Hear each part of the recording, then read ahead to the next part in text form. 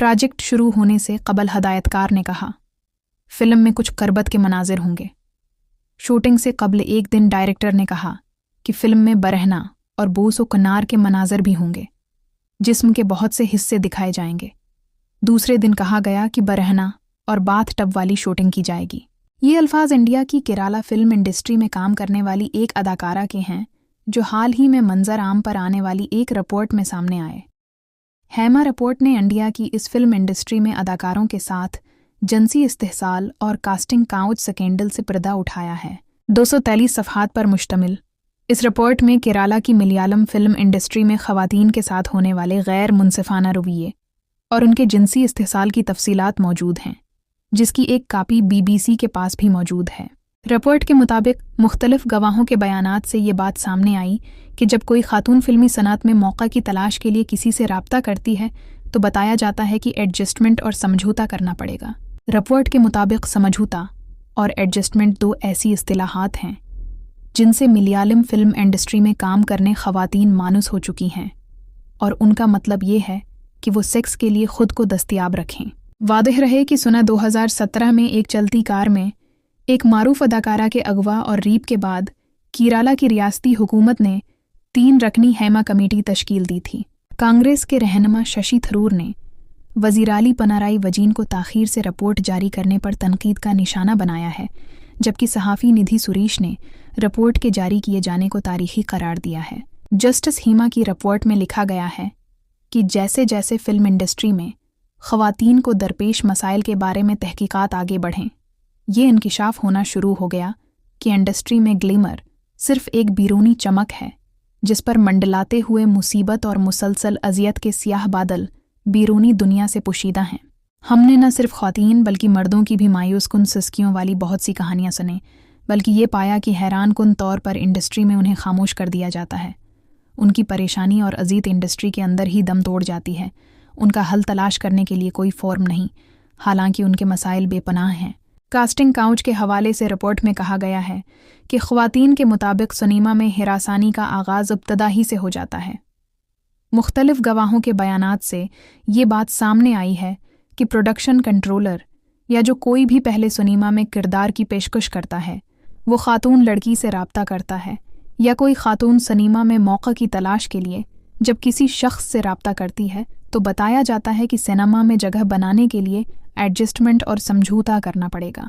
Report में बताया गया कि ख़वातीन के लिए किसी दूसरे शाबे में नौकरी हासिल करने के लिए सेक्स कोई शर्त नहीं है, लेकिन कास्टिंग काउच फिल्म इंडस्ट्री में काम करने को दूसरी मुलाजमतों से मुख्तलिफ बनाता है।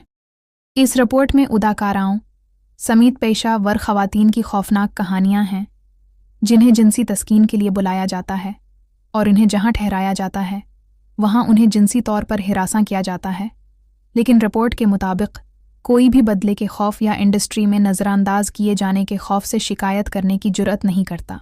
रिपोर्ट में एक बहुत सीनियर आर्टिस्ट के हवाले से कहा गया है कि ख़वातीन अपने साथ होने वाली जिनसी हिरासानी के बारे में बात करने की जहमत नहीं करती। वो इस खौफ से ऐसा नहीं करती कि उनकी बदनामी होगी और उन्हें मुस्तकबल में उसके नताइज भुगतने होंगे। ख़वातीन पेशावर अफराद ने कमेटी को गैर मसावी उजरत, तनख्वाहों से मनमानी कटौतियों, काम के ख़राब हालात और बाज़ मकामात पर वाशरूम्स की कमी की शिकायत भी की है।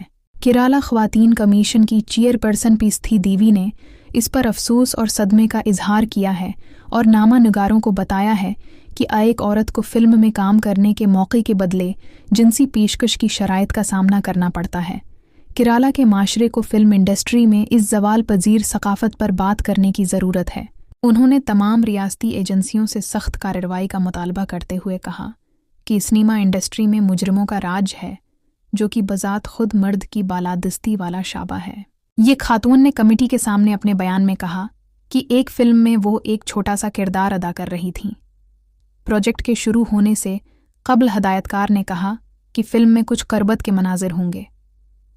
उनके बार बार इसरार के बावजूद हदायतकार ने उसकी तफसील नहीं बताई। उन्होंने बस इतना कहा कि डरने की कोई बात नहीं, वो इतना ही करेंगे जितनी उन अदाकारा की मर्जी होगी। उन्होंने बताया कि 3 माह बाद फिल्म की शूटिंग की तैयारी के बाद एक दिन डायरेक्टर ने कहा कि फिल्म में न्यूडिटी और लिप लॉक इन बोसे का सीन होगा और जिस्म के बहुत सारे हिस्से को दिखाया जाएगा।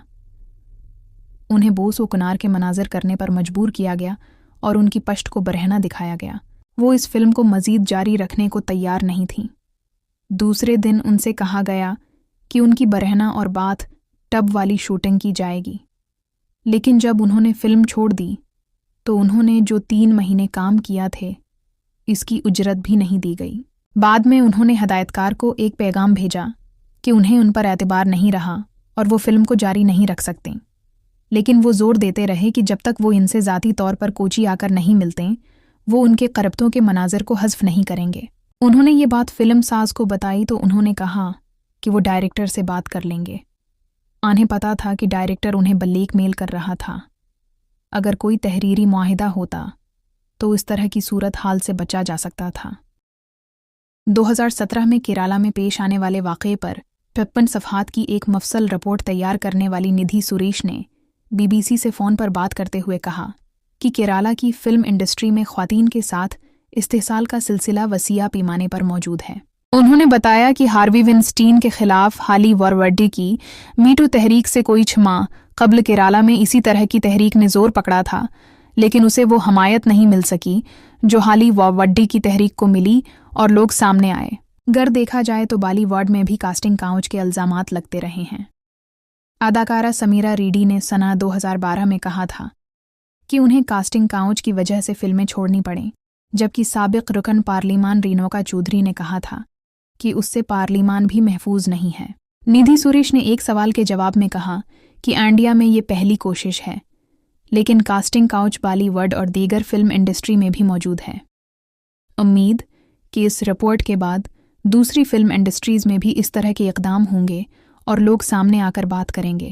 ندھی سریش کے مطابق ہیما کمیٹی نے ملیالم فلم انڈسٹری میں تقریباً 40 خواتین سے بات کی اور پھر 5000 صفحات پر مشتمل ایک رپورٹ سنہ 2019 میں حکومت کو پیش کی، جسے اصولی طور پر 6 ماہ کے اندر اسمبلی میں پیش کیا جانا چاہیے تھا، لیکن تقریباً 5 سال کی تاخیر کے بعد اسے بالآخر پیر کو پیش کر دیا گیا۔ آپ دیکھ رہے ہیں social media point YouTube channel.